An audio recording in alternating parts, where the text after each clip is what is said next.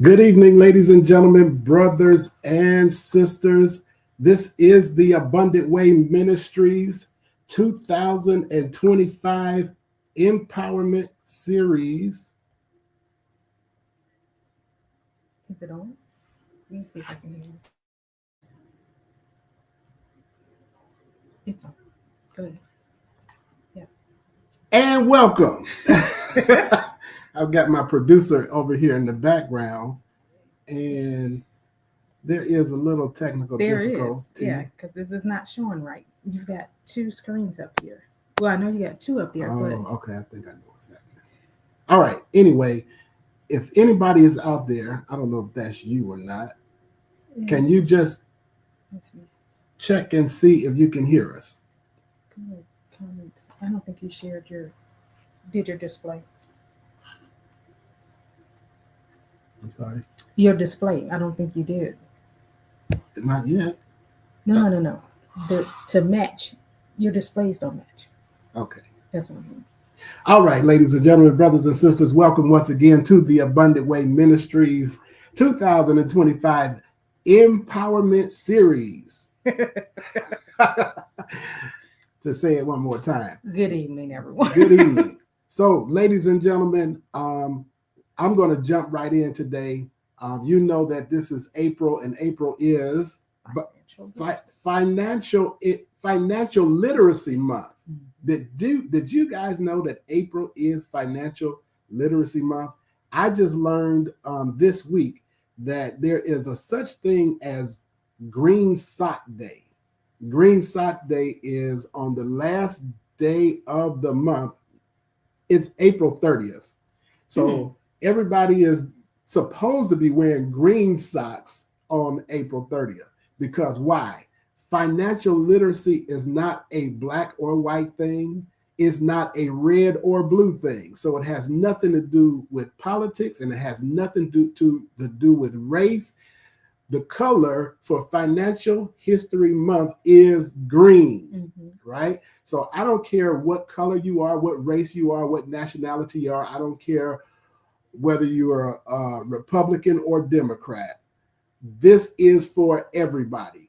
And when I say everybody, I literally do mean everybody. I mean, I don't care how old or young you are. In fact, I would hope that all of you adults would be sharing this with your children as young as possible, as young as they can understand it. And you got to put it in a context where they can understand it, but start teaching your children as early as possible about financial literacy. I heard a young man say something. He uses a term. We were listening to a podcast with the, look at me calling him young man. Oh my goodness, am I getting old? Oh, he probably ain't that much younger than us. Oh my God. His tag name is, or his brand is, the Wall Street Trapper. Look him up when you get a chance. He did an awesome interview with Jamal Bryant on his podcast, and the guy is brilliant. He did 10 years in prison, and he learned how to trade stocks while in prison, and now he's teaching others. And the guy is a millionaire. And the reason I bring that to your attention is because it goes to show that the stuff that we put as limitations for ourselves is only in your mind. It's only in your mind. So regardless of whatever trauma you've been through, whatever your background is, whatever the obstacles are, you can overcome them. You can overcome them. Can you do a quick check, because this is bothering me? Just Turn your Hold sound on. on just for 1 second. Okay, Yeah. that's good. Yeah, it's bothering you because of the way two you screen. got it set up. It's Yeah. not set up. Your displays are not And sharing. and bear with us today, ladies and gentlemen, because what we're going back and forth about is I'm going to try something different today, because of the topic. So I've got like two screens going on. You can't see them, but we Right. can see them. And so one screen is telling us we're muted, and the other one is telling us that we're not. Right. Hey, Robin. Hey, Robin. So, yeah, if you're joining, please put in the comments, say hello, let us know you're on, who's on. So this is again going to be another interactive session. So we would love to know who's participating. Yeah, this is going to be very interactive because today we're talking about count up the cost. Mm-hmm. So just to recap last week we just laid foundation, and we kind of brought out some emotional feelings around money, the emotions that we have around money.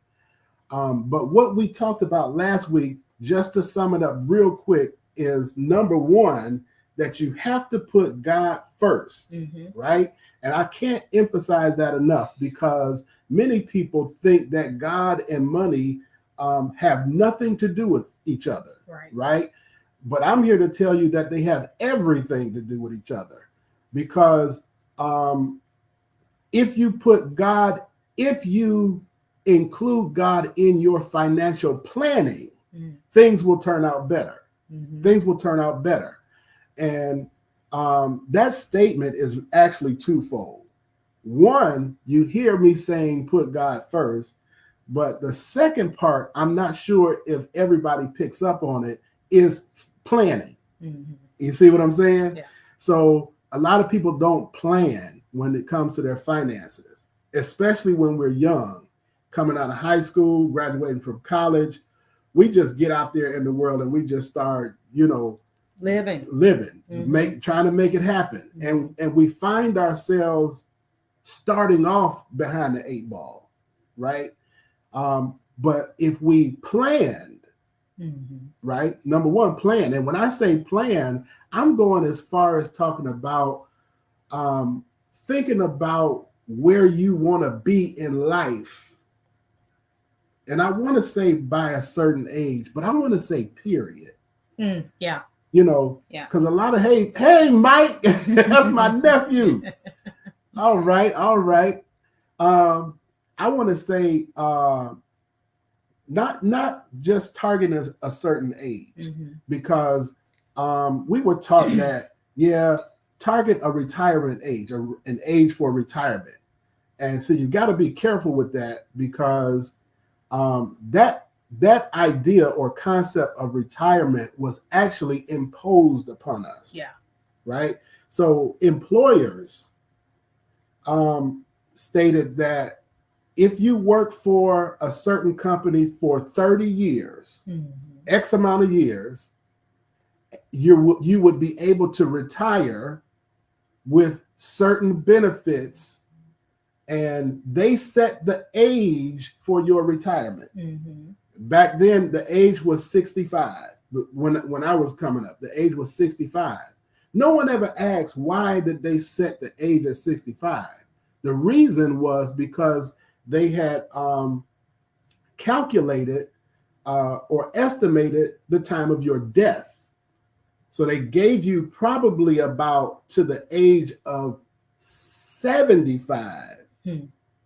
So they figure the money that you would have saved on your job should last you a good 10 years, and you should be dead by then.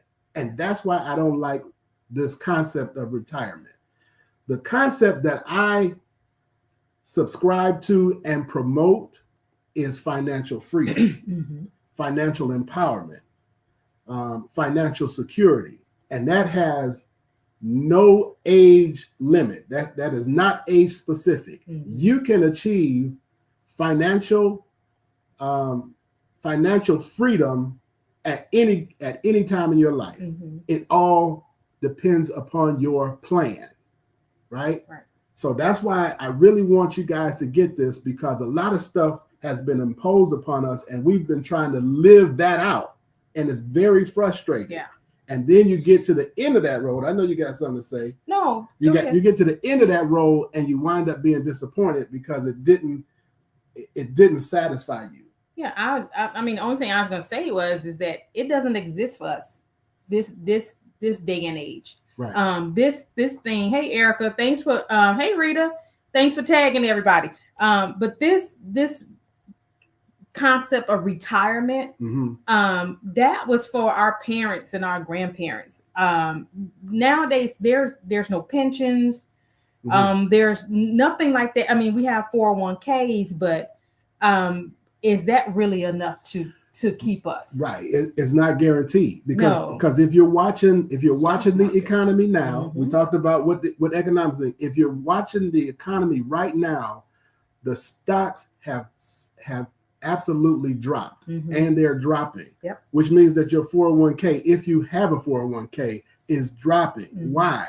Because of politics, because of what's going on in the political world. And so that's why, while 401k is good, it's okay. I wouldn't advise you not to invest in it if you are working and your company offers a match. It's a start, but don't put all your eggs in that basket.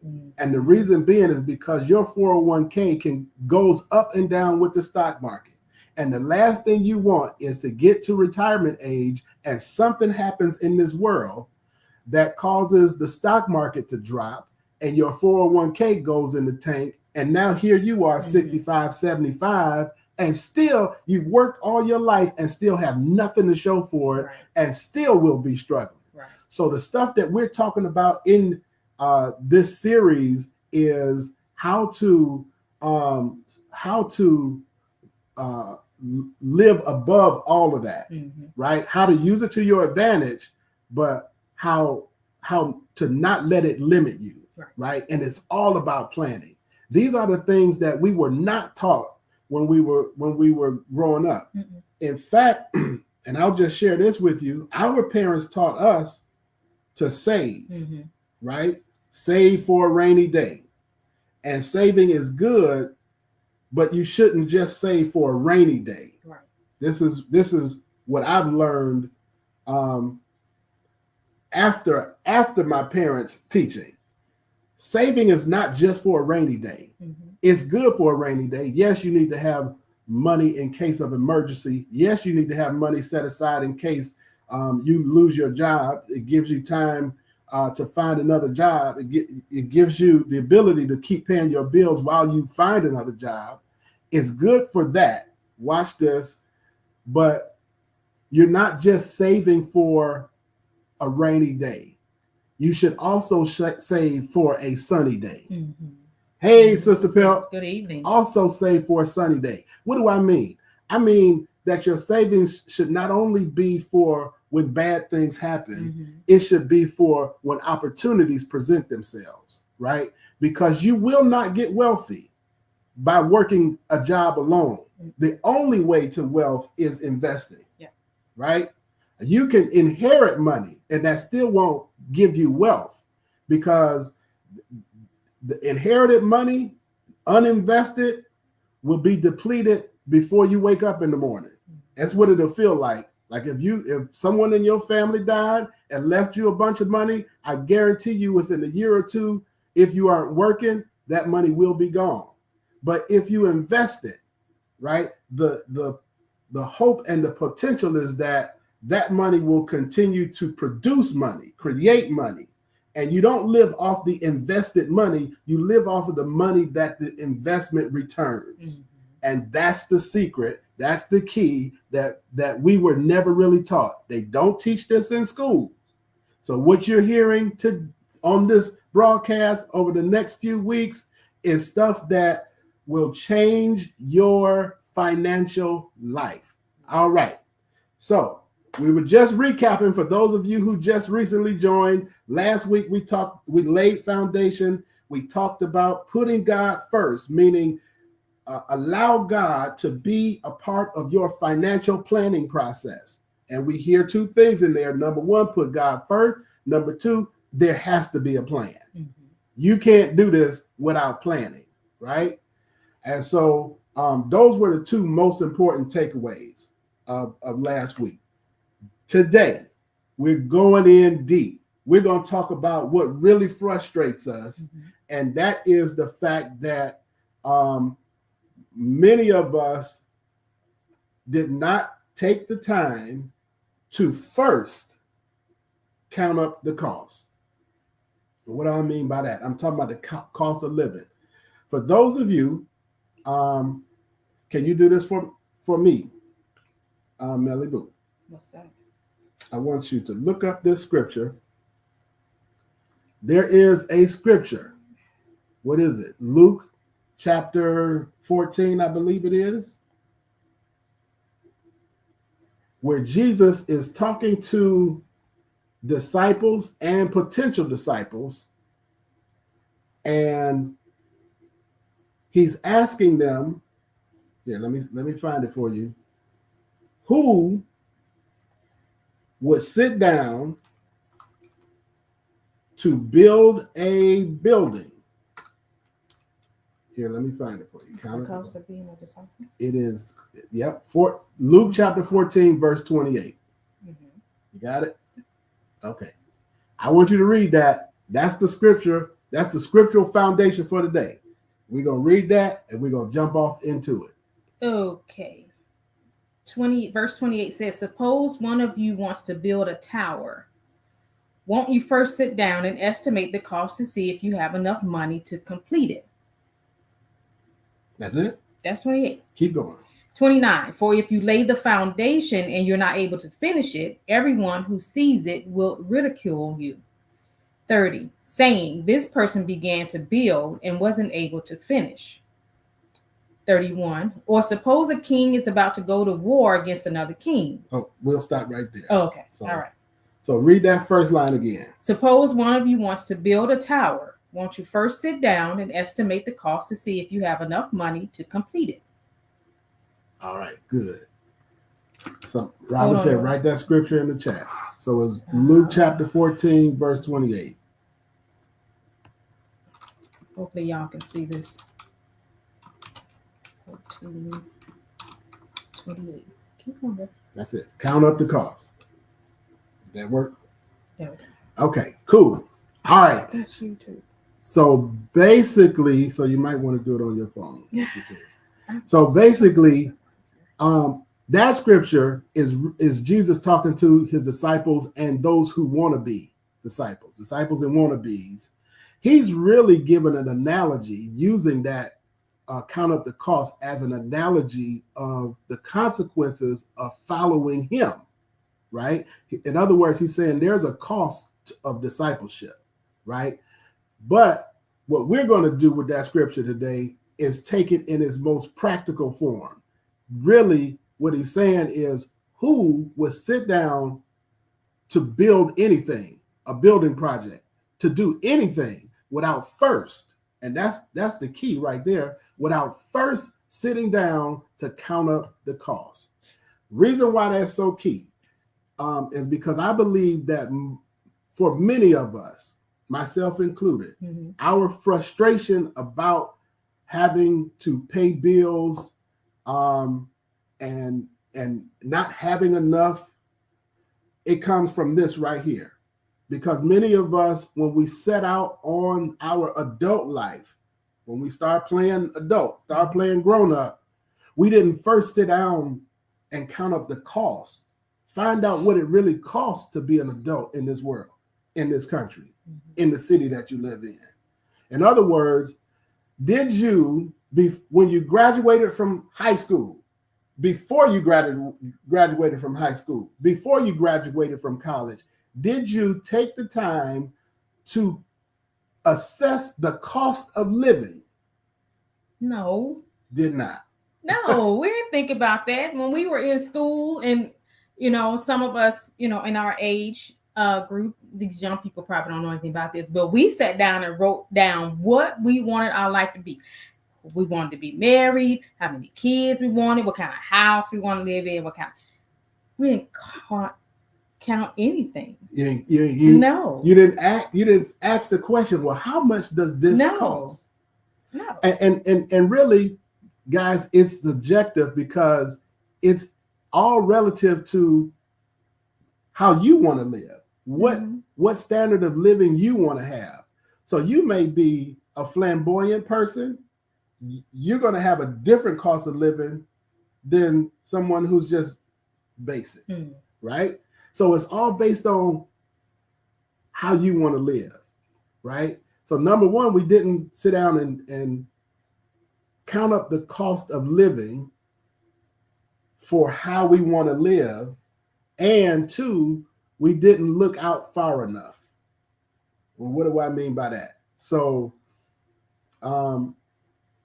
most people don't want to think about the end of life, right?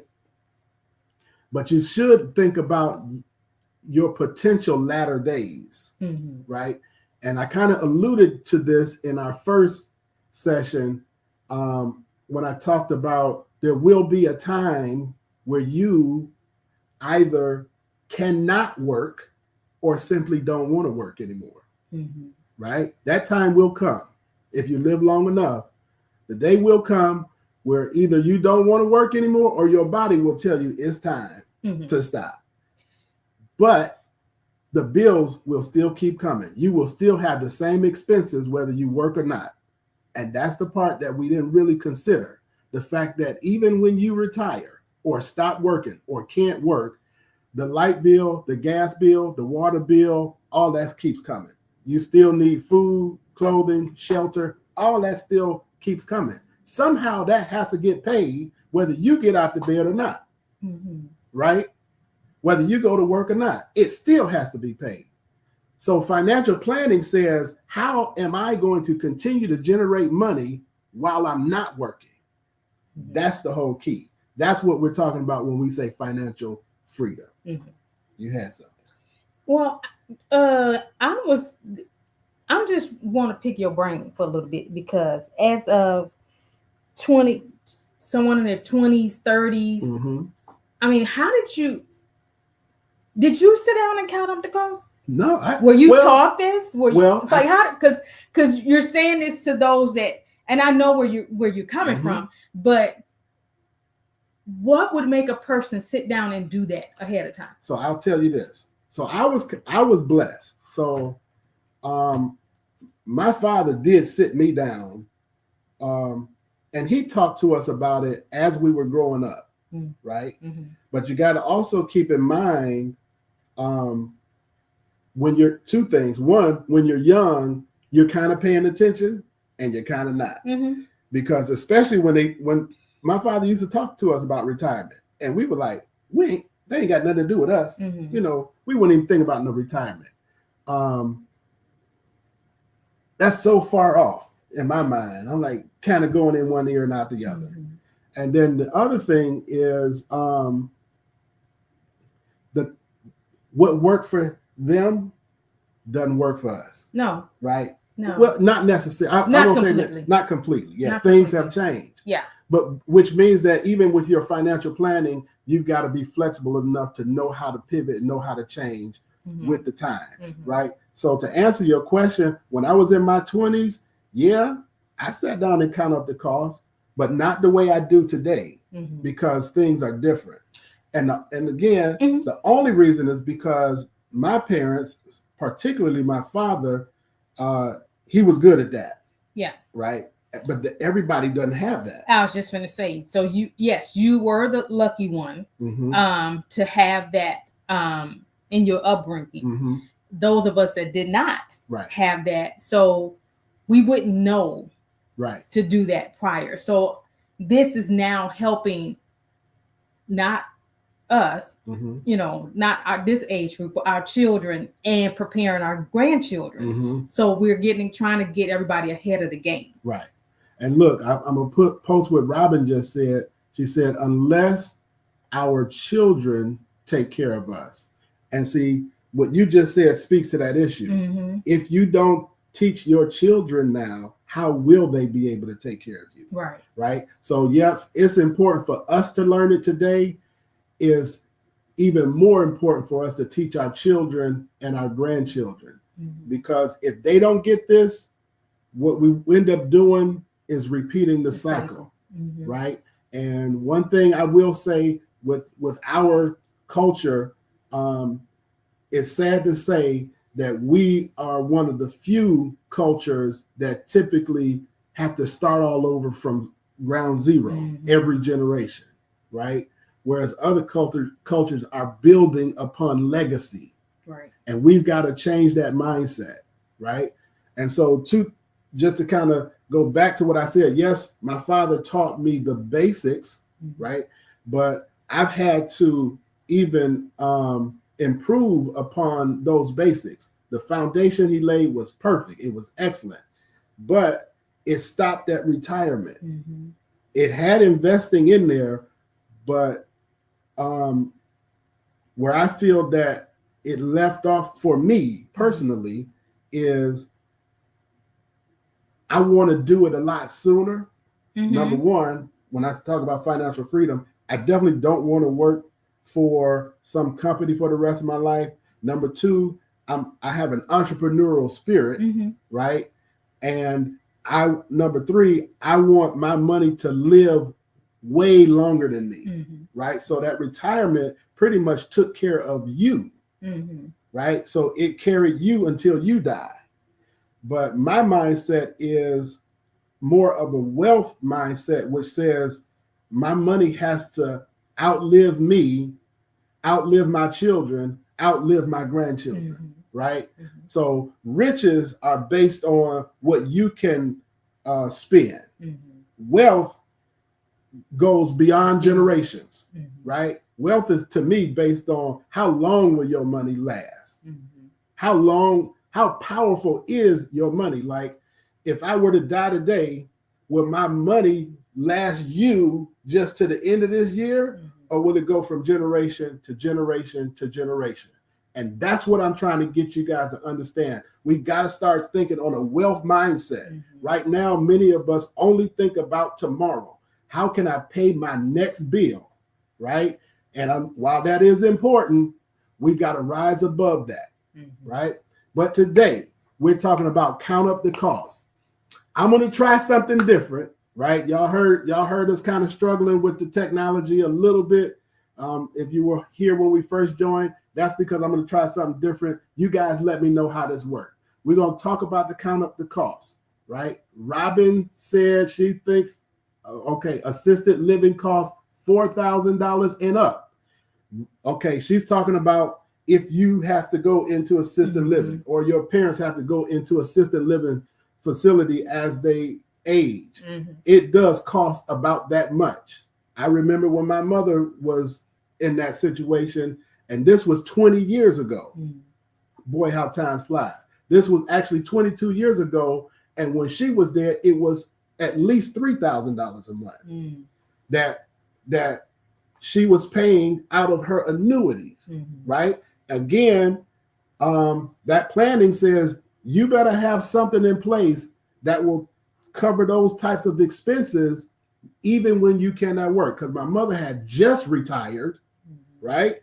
And then she had some health challenges, which then she found herself in an assisted living facility paying $3,000 a month to live. Who had that kind of money? We didn't, right? But it was those investments that she made that was able to pay that bill until she passed, right? We don't think about stuff like that, especially when you're young and strong. You think that there's nothing that can stop you, right? But you've got to start planning for the unexpected. Count up the cost. That's the cost. Let me post it. That is the cost of an assisted living facility, right? And that's why she said, unless your children taking care of you, that's what it's going to cost if you have to go into assisted living. That's today. That's today, right? Right. That's probably in Cincinnati where Robin lives, right? And that's probably an average. Some people are probably paying more, some are paying less, right? But just think about that, guys. If you or your parent have to go into assisted living, that's what it's going to cost. Are you prepared? Do you have what it takes? right? Many of us have to say, No, we're not ready. Mm-hmm. We're not ready. And it can happen to anybody, right? Okay, here we go. We got to count up the cost, and I'm going to try to go quick. Take this first. What? Hide. Thank you. Okay, I'm going to try to go quick. So what I did is I went to ChatGPT. What we're going to do is walk through what? Mahogany. What's said a bougie. A bougie assistant. I got to put this up there for a second. Mahogany said a bougie assisted living facility is $8,000 a month, and that's true. Yeah, that's true. Yeah. And there are some people who are probably paying 10. Mm-hmm. This is real. These are real numbers, guys. Yeah. So here's what we're gonna do. We're gonna pretend like we're just getting ready to graduate from either high school or college. We're just getting ready to enter into our adulthood, but this time, instead of just getting out there looking for a job, because that's the main thing on our mind. Ooh, I'm about to get out the house. I got to find a job. Yeah. Why? So I can pay my bills.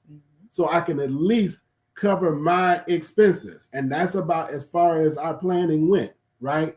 Let's see if you were getting ready to get out there today in Atlanta, Georgia. What is the cost of living? That's what we're going to count up. And then I'm going to tell you why we are counting it up. I'm using ChatGPT today to save time. But I love when I do this live. When I do it live, I got liquor bottles and cigarettes and fake weed and red bottom shoes. I'm pulling all this stuff that we pay for that we don't account for. Yeah. But today we're on Facebook. But I'm gonna do this. So let me see. Let me try this real quick. So I'm gonna add this to the stage. You guys, somebody give me a thumbs up if you can see my ChatGPT screen. Somebody give me a thumbs up or say, hey, I see it. Somebody say something. Can you see it? Let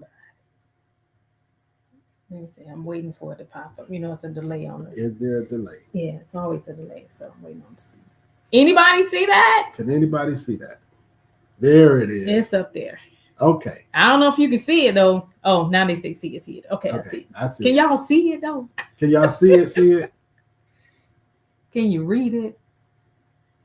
I'm gonna see. Can you actually read it? Hey, Denise. Hey, Denise. Okay. Okay. All right. Okay. All right. Here we go.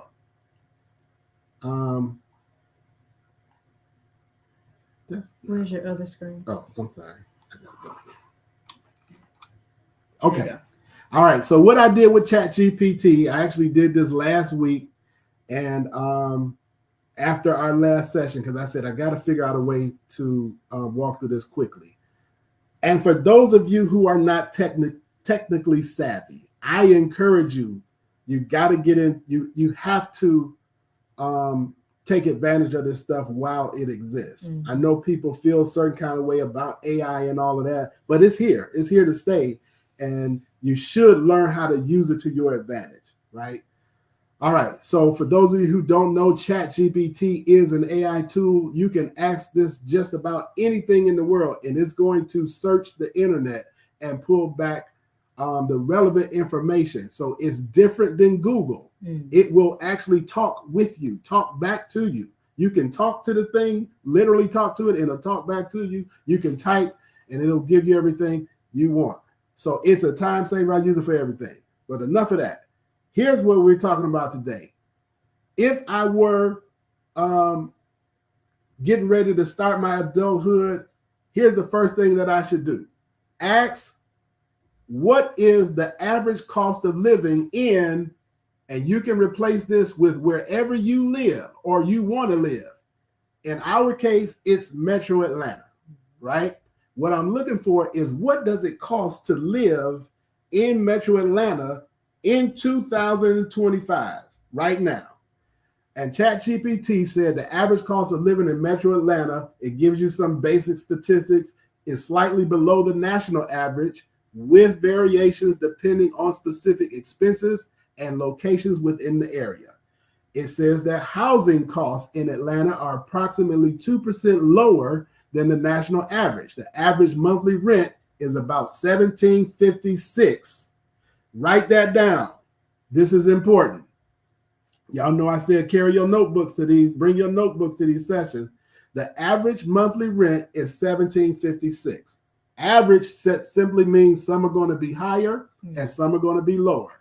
And the median home price is about $472,519. So for those of you who have sticker shock already, that median home price says that the when you look at all the home prices in the metro Atlanta area, half are above. Well, this 472 falls right in the middle between the lowest and the highest. That's what median means. So the highest and the lowest, you take those into account, 472 is right in the middle. It's not the average, but it's right in the middle, right? So what that's saying to me is, if you are going to buy a nice home in the metro Atlanta area, I'm talking about something decent, something nice, you can expect to spend about $472,000 in metro Atlanta, right?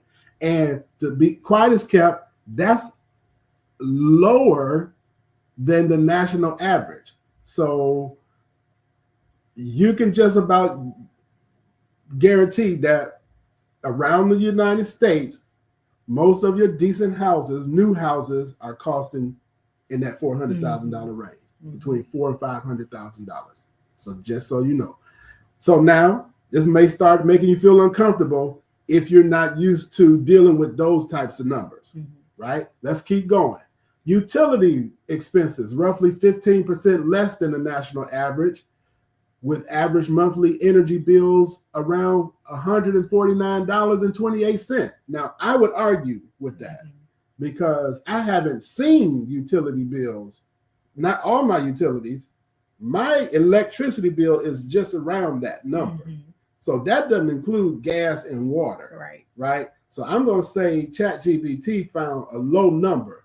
Realistically, you're going to spend around $300 in utilities, depending on the time of year. Like in the wintertime, if you have a gas furnace, your heating bill is going to be high. It's going to run around $200-300 a month, right?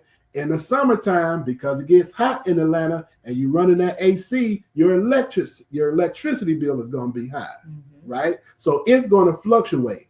That 149, that's not what's happening. All right, groceries, food. Grocery prices are approximately 1% higher in Atlanta. Go figure that one out. For example, a gallon of milk costs $4.70, and a dozen of eggs are around $4.09. Watch this. People have been complaining about milk and eggs for the past year and a half, right? Because of all, first after COVID, and then all of the political stuff that's been going on. So even as we're asking ChatGPT today, you got to periodically ask again, because these things will change with the wind. As the wind blows. If Donald Trump say we're going to do more tariffs, guess what? Them numbers going to change tomorrow.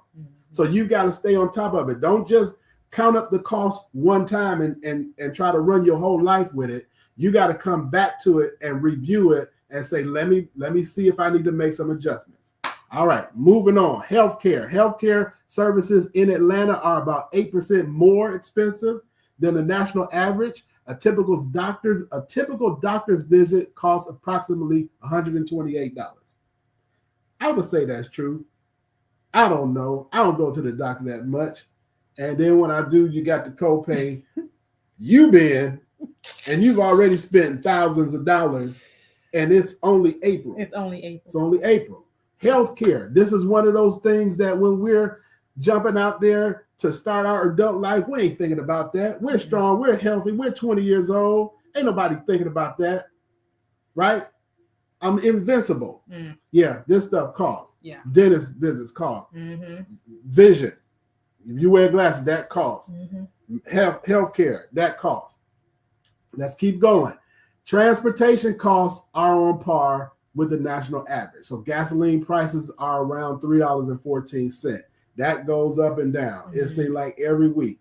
One day it's $2 and something cent. Now it's $3 and something cent. Up and down. But that's probably about the average when you look at it across a whole year. All right. So overall, while some expenses like healthcare and groceries are slightly higher in Atlanta, lower housing and utility costs contribute to an overall cost of living that is about 2% lower than the national average. And what am I doing this for? I'm comparing now Atlanta to the rest of the United States. Why? Because some people choose to live where they live based on where the party is at. You know, a lot of people say, "Ooh, I'm going to LA because the movie stars are out there." Well, if we did this same thing for LA, Los Angeles, California, you could probably double all them numbers. Oh yeah, maybe triple. You see what I'm saying?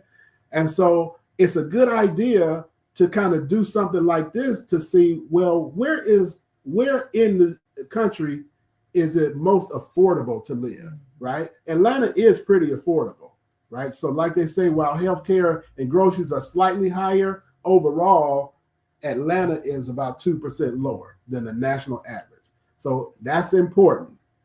And then they go into different areas like Druid Hills. You know, if you're going into one of the more expensive areas of Atlanta, it's going to be higher. All right. So we get that. All right. So then what I asked ChatGPT was, okay, now break down the average cost for a family of 4 in the following categories. Reason why I say a family of 4, because when you're starting off, you may or may not have kids yet. But if you don't have kids yet, you're 20 years old, chances are you will. You may get married, have a family. And I'm just using the number 4 as an average, right? You may have more, you may have less, but this is going to give us an average and give us an idea of what we can expect. Food, groceries, which is groceries, restaurants, lunches. I want you to break down clothing, shelter, and that shelter is broken down to rent, mortgage, property taxes, homeowners insurance, all that. When we say shelter, it comes into play. Transportation, that's not just the price of your car, but it's the cost of your car. And what I need for you guys to know, when you're buying stuff, there's a price for the thing that you're buying, and there's a cost for the thing that you're buying. And those are 2 different numbers. For example, the price of my car might be $40,000, but the cost of my car is going to be much higher. Why? Because the cost includes not only the monthly payment, it includes the gas, it includes the maintenance, and it includes everything that it takes, the insurance, everything that it takes to continue to operate that car. That's the cost. And that's another thing that we didn't really consider. Oh, I can afford that car. It's only $15,000. Really? Okay. How about gas, oil, maintenance, repairs, tire changes, oil changes, insurance? All that's part of the cost of your vehicle. All right, let's keep going. Communication. That means your cell phones, your internet, your television, right? Yeah. That has a cost. We don't think about it because it's so natural for us to just pick up the phone. But until you get that bill, right? Until you get that cable bill, right? All right, education, vacation, recreation, healthcare, miscellaneous, unexpected emergencies. These are the things that we often forget to put on that list when we're counting up the cost. These are the things we put in our budget. Oftentimes we don't put education in there because we think we just graduated. So I ain't doing that no more. Wrong. You've got to continue to educate yourself as long as you live. And if you're having children, there's going to be a cost to their education, even if they're in public school, because they got lunches and they got field trips and they got this and that and the other thing that they got to do. Vacations are fun, but they cost. Go on a cruise with 2 people. You're going to spend $5,000 guaranteed, right? Yeah. it just depends on where you going and how long you going for. Yeah, if you go 3 days, that ain't gonna do it. But when you go that 3-day cruise, you ain't gonna never want to do it again. You're gonna be like, ooh, I never want to come back. Mm-hmm. So every cruise after that is gonna be at least a 7-day cruise. Yeah. Right. All right, recreation, whatever it is you do for recreation, I don't have any control over that. But whatever it is you do, you think of what that might cost you. Healthcare, miscellaneous. What is miscellaneous? Well, my girlfriend just is having a baby shower. Did nobody tell her I had no baby? Now I got to go buy her something. Birthday. Ooh, somebody's birthday coming up, and they invited me to the party. I can't go there empty-handed. Now I got to get her a card. How much do cards cost? Ain't nobody getting no cards. $5 for a card. Yeah. And they want something. And every time you go to somebody's cookout, you got to bring something. I never let my kids go to somebody's house with empty-handed, right? You got to bring something. Bring a bottle of wine or something. Bring a cookie, a cracker, something, right? And then you got those unexpected emergencies, right? And it's hard to plan for those because you never know what it might be, but you got to set money aside for it because not if it comes, when it comes. All right, here we go. We're going fast. The average monthly expenses for a family of 4 in Metro Atlanta can vary based on lifestyle. That's what we talked about. So some people may want to live that flamboyant lifestyle. They may want to be balling out. That's them. I'm not judging you because I have a standard. Like I like quality stuff. I don't like a lot of stuff, but what I do like, I want it to be quality, which means I'm gonna pay more for it. Right? Some people can settle for less. It all depends on you. That's a personal preference, right? But whatever it is, whatever your standard of living is, that's what you have to factor in, right? All right. So, and specific circumstances. So here's what ChatGPT gave me back for the average cost of living in those categories for a family of 4 in Metro Atlanta. Food, groceries, approximately $1,241 a month. Can you believe it? Yeah. I was floored when I saw that because I'm like, I don't even eat that much. No, you don't. And you can go to the grocery store nowadays and you have 10 things tops and you're spending $100. Easy. Right? Dining out. This is our problem right here. That cost can vary. However, considering national average, dining out may add an additional $500 to $800 per month. That's true.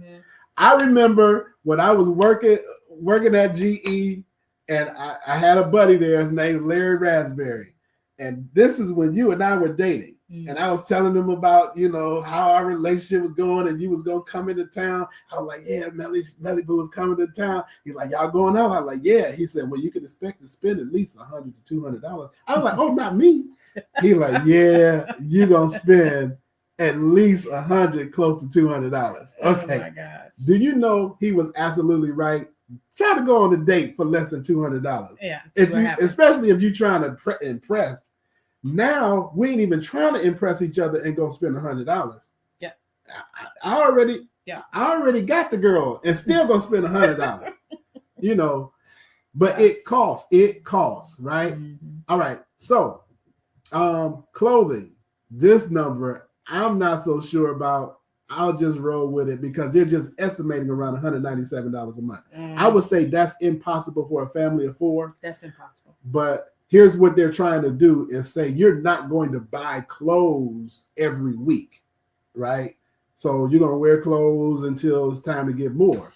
But you know what I'm saying? Or it's time to swap them out. They saying, okay, if you averaged up $197 over the course of a year, let's say rounded up to $200, that's $2,400 a year that you spend on clothes. Kind of make more sense when you think about it like that. But basically that's what they're saying. I'm gonna move fast because we're getting close to the end. Shelter. So whether you rent or whether you're buying your home, there's a cost. So the average monthly rent in Metro Atlanta is $1,756. We are in the real estate business and we do property management. We can confirm that number is true. That number is true. We have some property that we're renting for $19.50 and some that are renting for less. So the average is about $17.56. So if you plan on renting, you can expect to pay around $1,700 in Metro Atlanta. And most people are paying more than that. They are. How about if you're buying your home? To me, I say it's actually cheaper to buy than it is to rent, right? This says for homeowners, monthly costs, including mortgage payments, property taxes, and insurance, average around $1,944. Even though that number seems higher, it looks higher when you see it on paper. To me, it's actually still better to buy than it is to rent. Yeah. And the reason being is because here you're buying an asset, right? That asset is generally increasing in value. So you're actually making money while you're living in the house that you're buying.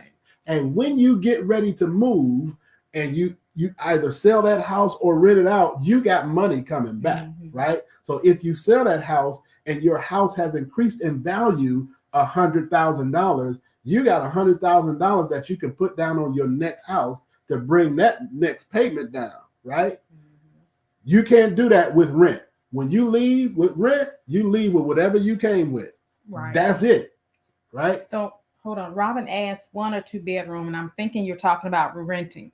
That cost at $1,756 is probably a 2 bedroom. Right. 2, maybe a 3. Maybe a 3. If you find a 3 bedroom right now for rent for $1,700, you're doing good. You're doing good. And it really depends on where. Yeah, absolutely. All right, let's keep going. We're running out of time, and I know we're gonna run out of time, y'all. So if y'all are getting this and y'all want to keep going, stay with us. I'm gonna get us to a certain point, right? All right. I know I'm going fast. Transportation. So that's your vehicle and all the stuff that goes with a vehicle. So this is the price and this is the cost. All right. So it's estimated about $1,098. So those of you who thought the cost of your vehicle was the payment, it's the payment plus everything else. And when you think about it, you're going to be spending about $1,100 a month on your vehicle. Communication, cell phones, internet, television, combined cost is between $200 and $300 per month. I think that's absolutely accurate.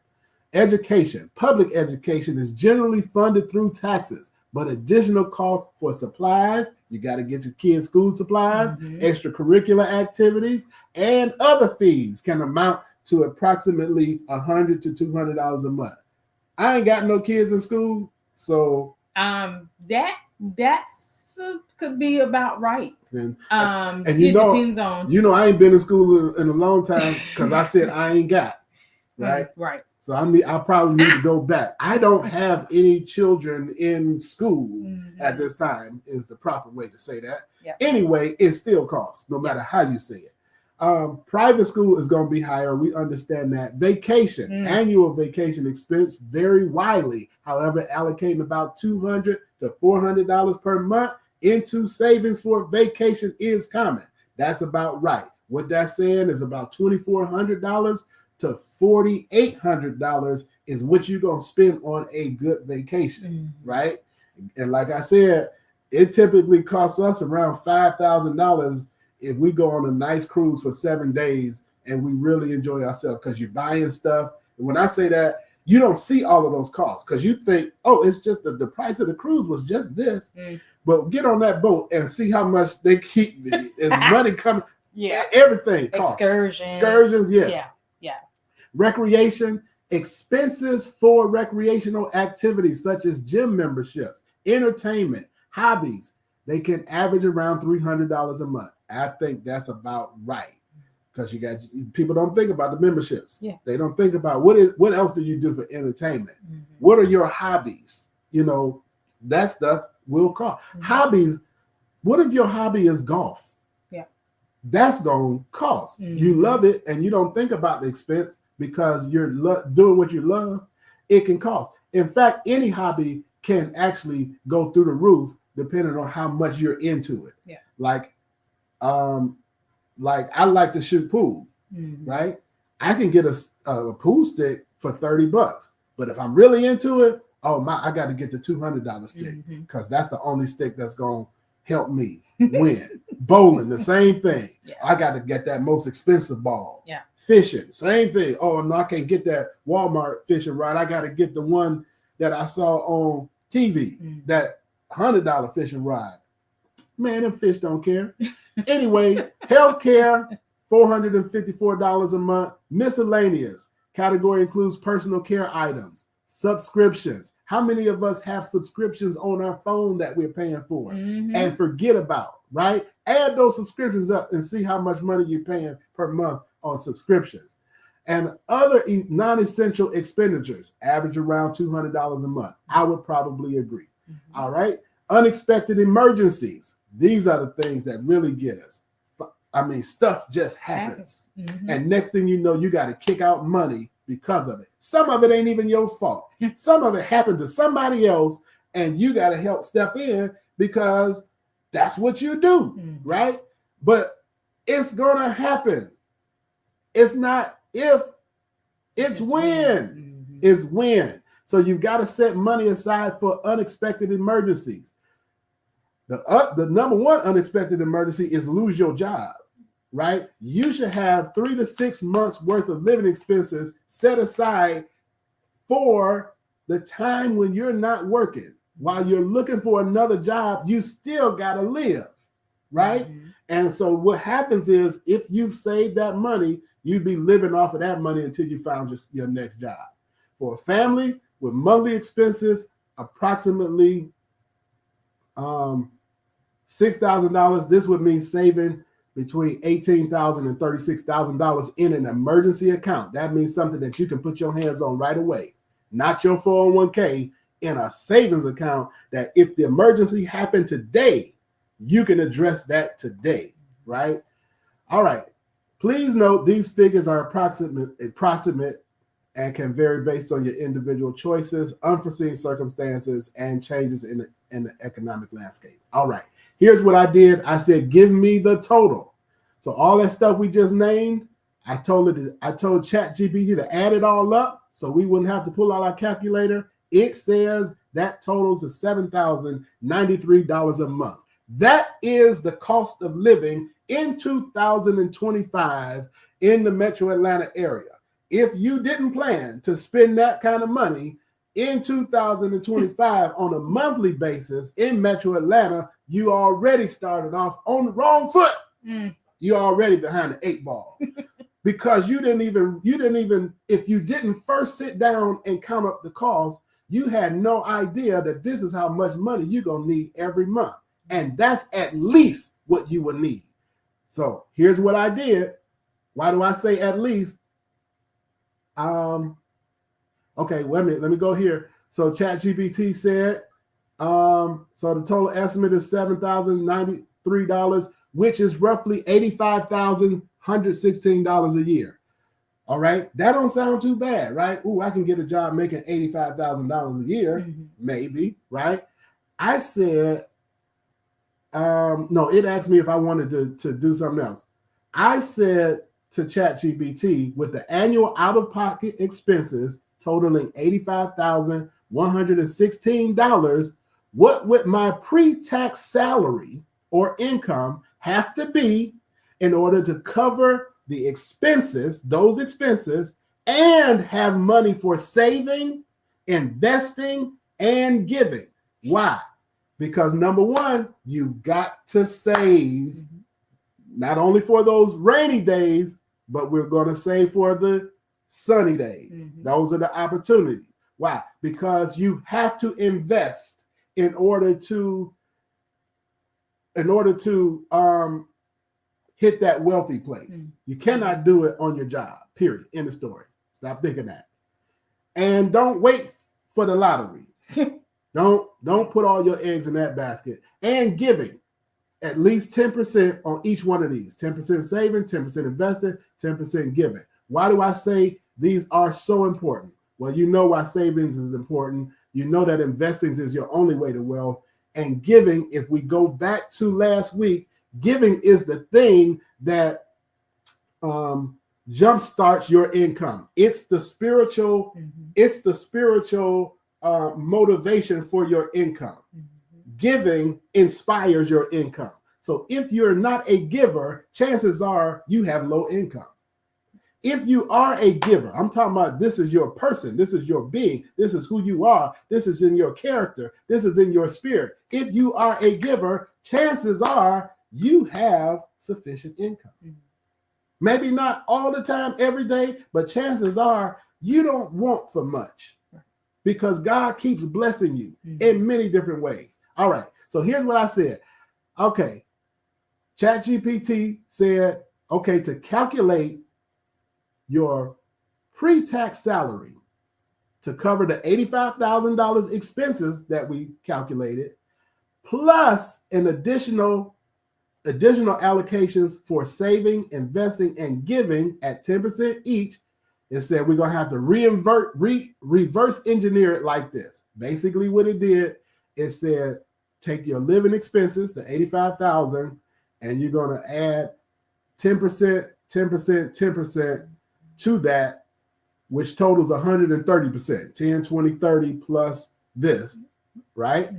And it gives us the answer. It says $110,650, but it doesn't stop there because we get taxed on our salary, and the average tax rate is about 25%, right? So now you got to add that in there because that's another thing that we tend to miss.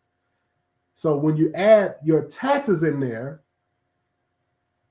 your total then becomes $147,534.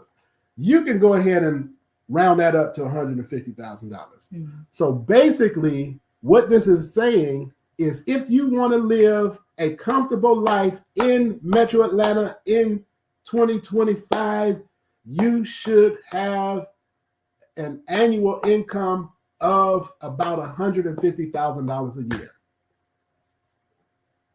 Some of y'all are discouraged, right? Okay, don't be discouraged because here's the thing. This is why marriage is good too. See, we're a couple and we just happen to be a power couple. But that means that I wouldn't have to bear that $150,000 by myself. That means that if both of us made $75,000, we would be okay, right? So that's one thing.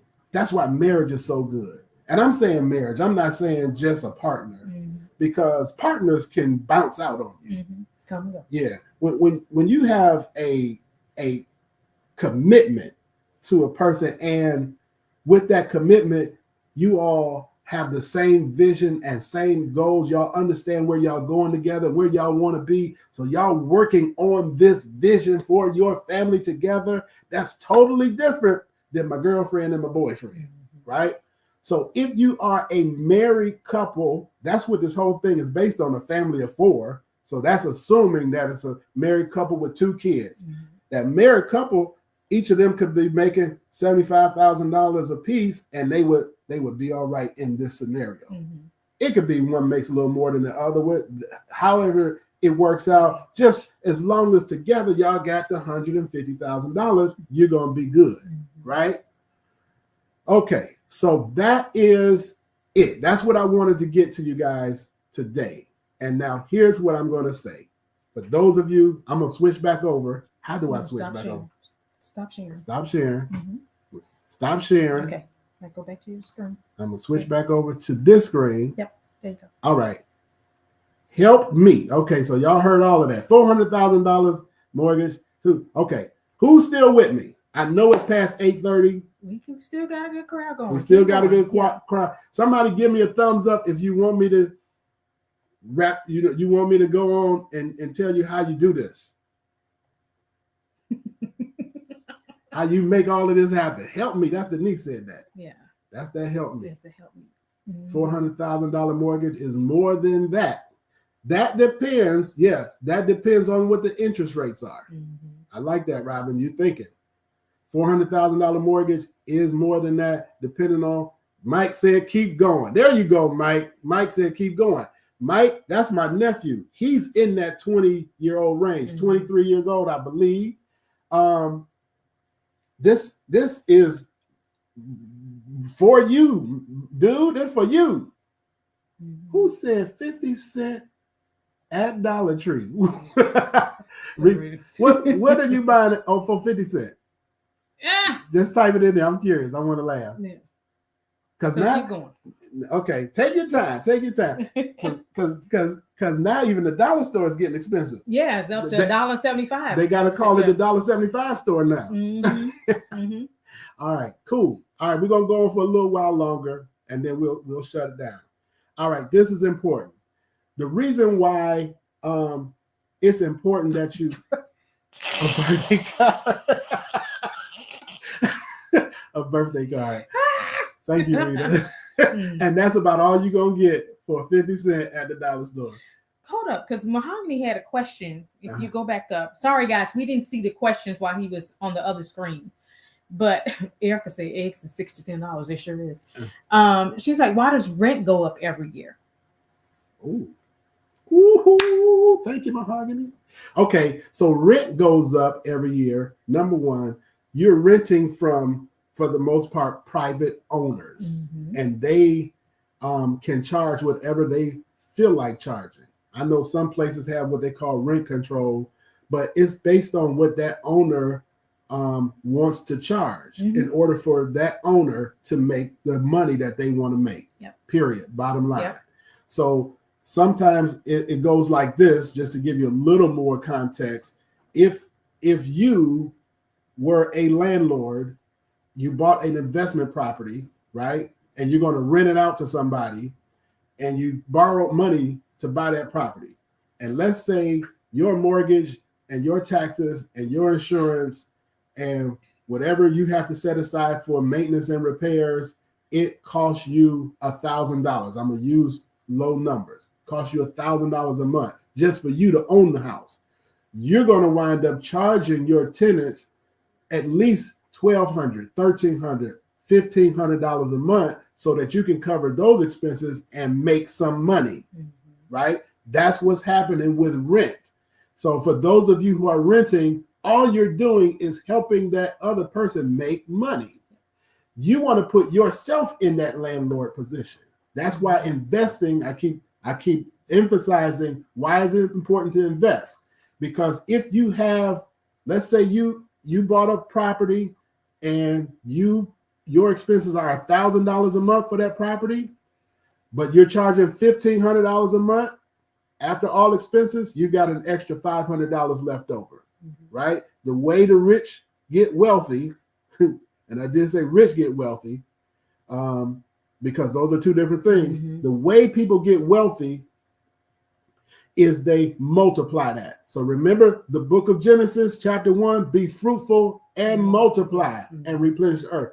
They take that concept and they multiply it. So if one house makes me $500, then 10 houses makes me $5,000 a month, right? If I have 10 houses, it almost covers my $7,000 monthly expenses, right? So now all I need is a few more houses to cover my $7,000 month, my $7,000 personal expenses, and I can now say I'm financially free because I'm financially independent, because I'm not dependent on a job to cover my cost of living. My investments cover my cost of living.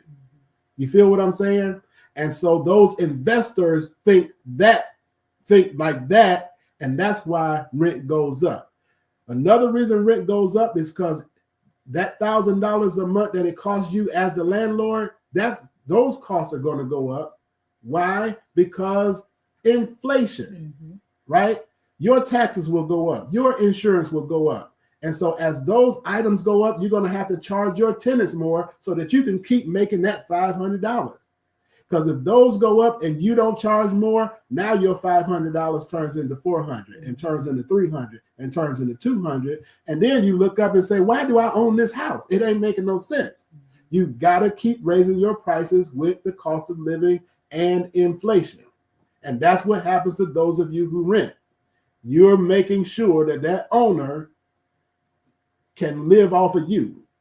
Mm-hmm. All right. Good question. Good question. All right.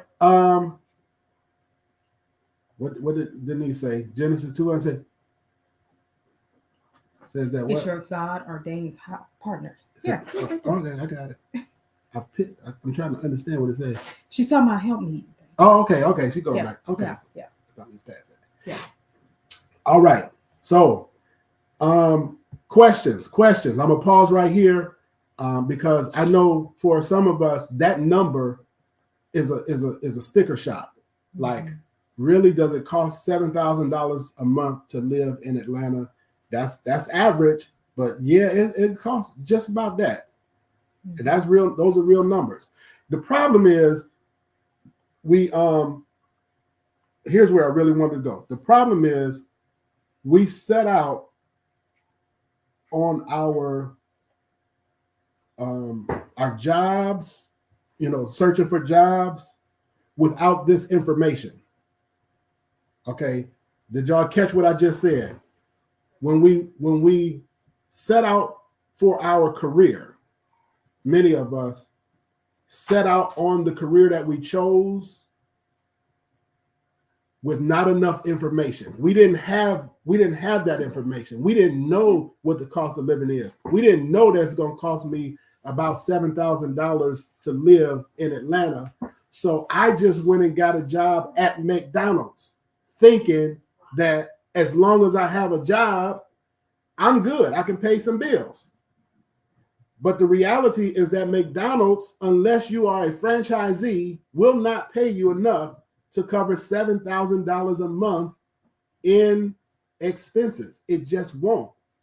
And most of our jobs won't do it. That's why for many of us, it takes two to make a thing go right. Right? So think about that. And don't go get married just because of that number. Please don't do that. That's the wrong reason. Yeah. Right? That should be a God-ordained decision in and of itself, a God-led decision in and of itself, who your partner is going to be, right? Because the last thing you want to be is with the wrong partner and having financial troubles. Because y'all going to just be fighting and at each other. That is never a good story. With financial stress and being with the wrong person, not a good combination. Not a good combination at all. But if you have the right partner, right, and you guys are equally yoked, you guys understand what the cost of living is, you guys understand what it's going to take to meet that. So it may mean that you need to go back to school and increase your market value, right? You got to increase your value. When I say your value, I'm not talking about your value to the community, your value in the family, your value to your church. Nah, I'm talking about your market value. What marketable skills do you have that will command the type of income to support the lifestyle that you want to live? If you don't have that, then you got to go to school or go to some trade, learn some trade, do something that's going to generate the type of income that you need to live the life you want to live. She said, message. Mike has a question. All right. What's Mike's question? He said, wait. So me and a friend is looking at where did it go? Is looking at a property. Turns out it's behind $900 in taxes. So happen the owners of the house are deceased. We're thinking about paying that and acquiring a deed. But what would you suggest in terms of making this a nice investment? Already you're on the right track, because in order to get good investments, you have to find a distressed situation, right? Your best investments comes out of someone else's distressed situation when it comes to real estate. So if the house is behind $900 in taxes and all you have to do is pay the taxes and you can acquire the deed to the property, yeah, I would do it. That property may need some work. The person is deceased.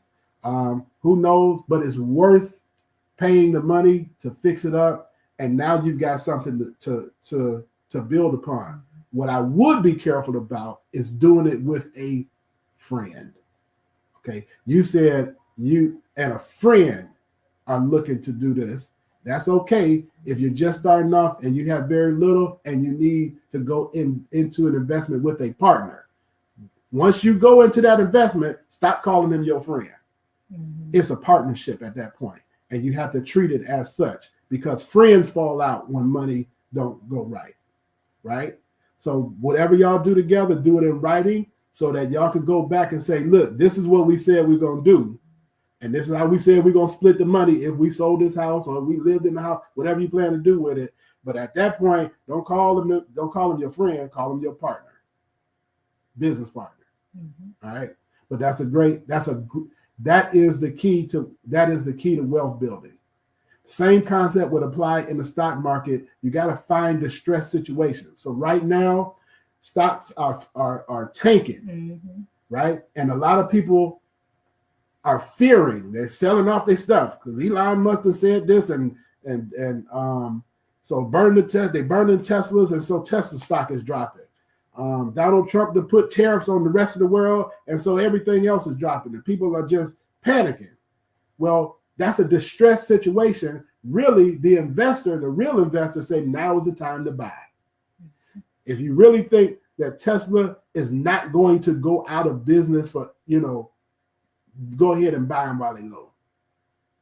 If you really think that Amazon, even this won't put Amazon out of business, go ahead and buy Amazon while it's low. When the market crashes, you buy up as much as you can. That's why savings is so important, because you're saving for the sunny day, right? So some people think the stock market crashing is a rainy day. Investors think the stock market crashing is a sunny day. And all the money that they have been saving up over the years, now is the time to use it to buy those stocks. Every one of those good companies that are suffering, you want to buy them now. Stock market has always stood the test of time. Absolutely. And there's some folks that say you will become wealthy quicker in the stock market than you will in real estate. And that's probably true, because real estate is a long-term game. You can guarantee whatever's happening right now with that stock market, if you found the bottom of it and you bought as much stock of the good companies as you can, like Amazon is still a good company, even though they piss people off with the DI stuff, take your emotions out of it and say, when America comes out of this, when Trump is out of office, Amazon gonna come right back up, and it's gonna go further than it was when it was down, right? If you have bought 1,000 shares of Amazon stock, when that turnaround comes, you'll be a multimillionaire, guaranteed. And that's like a 4 or 5 year outlook, period. In the story. That's how you got to look at it. All right. So I'm gonna get ready to close it out. But the main point I wanted to make today, I want you guys to get this, is that's what happened to so many of us. We started living the adult life without knowing what the adult life would actually cost. Some of us, including myself, started having children before I knew what it costs to have children. And so by the time I graduated from college, I already had a child and couldn't pay the child support. Yeah. Had my license suspended over child support, had wage garnishments over child support, been in jail over child support, back against the wall. It's like, how do I pay it? I just graduated. I don't even have a job yet. Y'all asking for money I don't have, because I made a wrong decision at a young age before I counted up the cost. So many of us have done that, right? And that's why I say there's no judgment here, because I've done it myself, right? But when you know better, you do better. Once I gained this knowledge, I was able to turn my whole life around. I was able to turn my whole financial life around because I knew something that I didn't know back then. I know something now that I didn't know back then. And the one thing I always say, if I only knew then what I know now, I am sharing this with you now. And I'm going to tell you this, I see that there's a large age range on this chat. It doesn't even matter how old or how young you are. You can still have it. When you get the knowledge, that's when you start counting. So now that you have the knowledge, you are accountable for it. You can change your life tomorrow. It won't happen overnight, but you can start making those small steps. Now that you know it costs $7,000 to live in Atlanta, for those of you who live in Atlanta, or for those of you who want to live in Atlanta, because a lot of people been coming to Atlanta for the past 25, 30 years, just in droves. Atlanta is still growing, which means Atlanta is going to become more and more expensive. By the time it's all over, Atlanta is going to be as expensive as Los Angeles, California. Like, I guarantee that my little house right now will probably be worth $1 million someday in Atlanta, right? Because it's growing just that fast. It's pushing out. All right. So you know what it costs now to live in Atlanta. For those of you who don't live in Atlanta, I encourage you to go to ChatGPT and do the same thing that I did. Ask ChatGPT, what does it cost to live in my area? And it's going to do the same thing. In fact, is there anybody on the call that's from somewhere else? I can do it for you right now. Okay, I ain't going to do it. I'm going to let you do it yourself. And Mahogany said, I should have bought 100 shares of Amazon in kindergarten instead of trying to learn how to color. That's right. If I only knew when I was in kindergarten, Maryville, Indiana. Okay, Erica, we're gonna try to get you in there real quick. Maryville, Indiana. Can I copy and paste here? Or we'll just have to type it. Okay, I'm gonna bring ChatGPT up once again. Hide Mahogany's comment. I gotta hide this. Take the comment down. Yeah. And I gotta do this. And I gotta do this. And I gotta do that. And go here. All right, I'm getting good at this, y'all. All right. Scroll up. No, I'm gonna let it. There's a delay, guys. So I'm looking at it now. I'm gonna let it come up on Facebook, and then I am going to have. But no, I was saying scroll up too, so you can change the. Oh yeah, we're just gonna type it. So we'll just say we'll do it like this, and then we'll come down here. Here it comes. It's coming. There it is. All right. So we just typed in what is the average cost of living in. Go ahead and type that. Maryville. How do you spell it? Indiana. No, in fact, don't hit enter. No. Okay.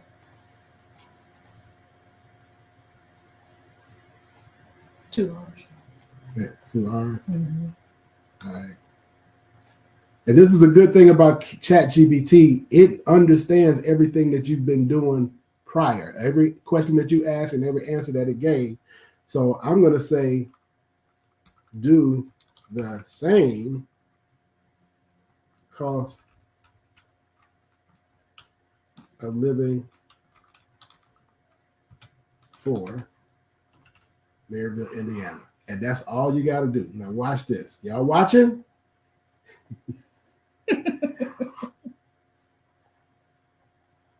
Here we go.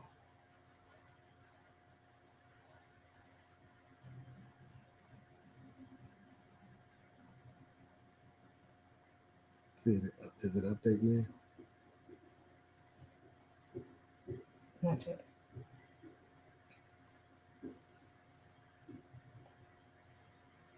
It's coming. There we go. All right, so there it is. Slowly coming in. There it is. Okay. All right. So there is a delay, but I'm going to talk through it real quick. Thank you for that, Erica. And I can actually send this to you. I can send you a link to my chat, and you will see all of this for you. You will have it in your hand. It's saying. So why don't you just scroll to the bottom? Okay. Yeah, we'll scroll to the bottom. Yeah. I'm just curious to see what rent is. Okay. For a 2-bedroom is $1,270. Mm. Mortgage, average home price is $219. I'm just curious. I'm being nosy real quick. All right, so let me go to the bottom and see what the average cost of living is. The total average cost of living is between $62.09 and $89.48 per month, depending on specific circumstances. So that's your number. And that's the thing, guys. Know your number, right? So what that means is, let's ask it, what would my annual income have to be to cover this plus? I knew that was kind of low, Erica. I know that's not right. But again, you might live on more of the, prominent area. Invest. And what was the other thing? Giving.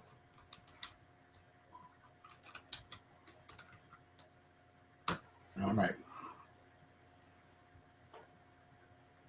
All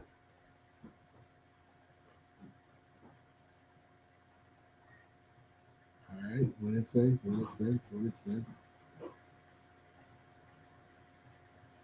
Exactly. All right. So your average annual income to be able to cover the cost of living in Maryville, and again, depending on what level you want to live at, right? And that's a personal preference. Is going to be between 100, and I like to round up, 130,000. They say 129. I'm just rounding up, and 185,500 annually, right? And again, you're gonna have some stuff that we don't have, and we're gonna have some expenses that you don't have. But that's how you do it. So you need to make between $130,000 and $185,000 a year. You all have to figure out, okay, what type of career do we need to have? That's how you do it. That's what we never did. How many of y'all remember when they came to school? What in school they had career day, and they said, "Well, what do you want to be? A fireman, a policeman, stuff like that." They wasn't even counting up the cost of living when they did that. So you just pick something. Oh, I'm gonna be a nurse. I'm gonna be a doctor. I'm gonna be a lawyer. And again, by the way, no profession is bad. No job is bad at all, because the main thing that I want to get to you guys is, do not just depend on your job. Right. That's the key. It won't happen like that. If you have a great job, that's good, but guess what? That great job will end someday. So while you are working, you have to invest.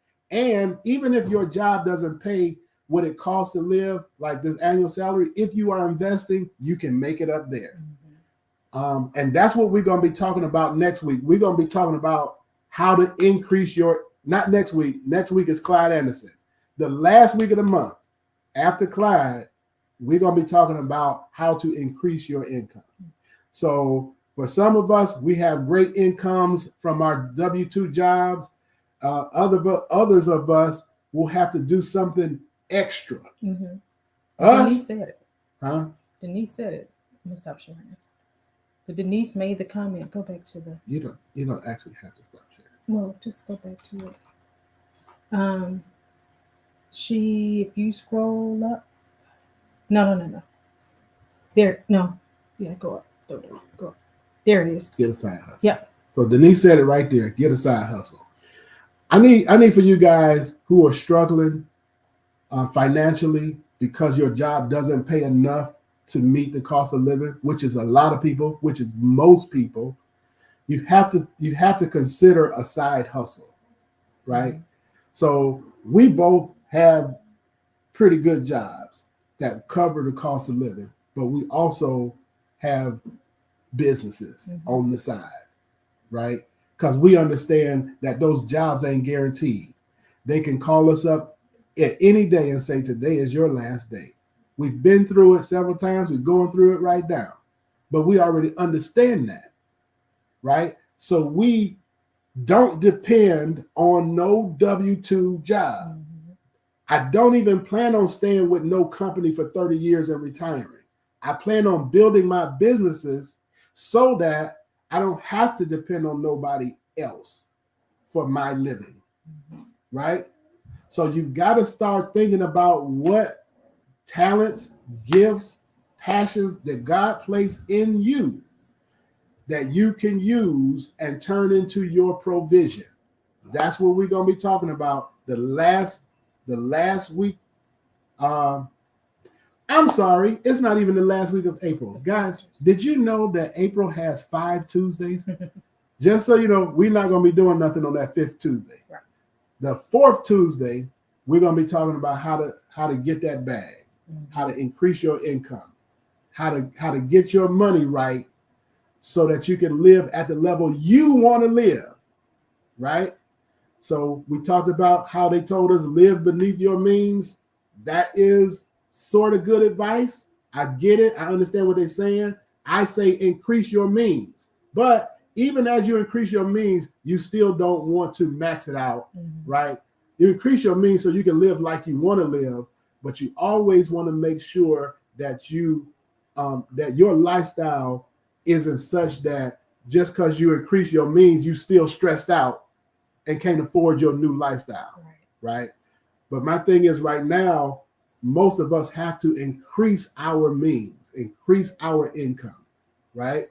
So that's what we're going to be talking about on the 4th Tuesday. Guys, it's 9:02. I thank you guys for staying on this long. We never went this long. Never. And we never had people stay on this long. Never. So hang with us next Tuesday. I got Clyde Anderson. Some of you may not know him. He's a good friend of mine. I met him when I moved down here to Atlanta. This guy is powerful. He's from Detroit. Like I'm halfway from Detroit. And he's a financial guy. I mean, he's awesome. I got a couple of his books. Ooh, what did I do with his books? Look up under that thing. Underwear. Here? No. Anyway, he wrote 2 books. No, right here. There's no books under here. There's no book. Okay, no, that's your receipt. Oh my goodness. Yeah, why you don't have the books out? I just had them in my hand. Anyway, he wrote 2 books. One is called What Had Happened Was, and the other one is called Where's My Change? He's been on CNN multiple times. I think he did a whole season on CNN. Hey Wesley, I didn't know you were there. I should have assumed that. Right. And I look forward to him. I mean, y'all jump on next Tuesday. It's gonna be awesome. You will be blessed. And then, like I said, following that, the 4th Tuesday, we're gonna talk about how to increase that income. All right, cool. Thank y'all. Thank y'all for joining. I hope that made sense. I hope that gives y'all something to think about. I hope it causes you to make change in how you think about money and how you plan for your future. And the fact that regardless of what your situation looks like right now, you can do it and you will win. Yep. Until next Tuesday, thank you and good night.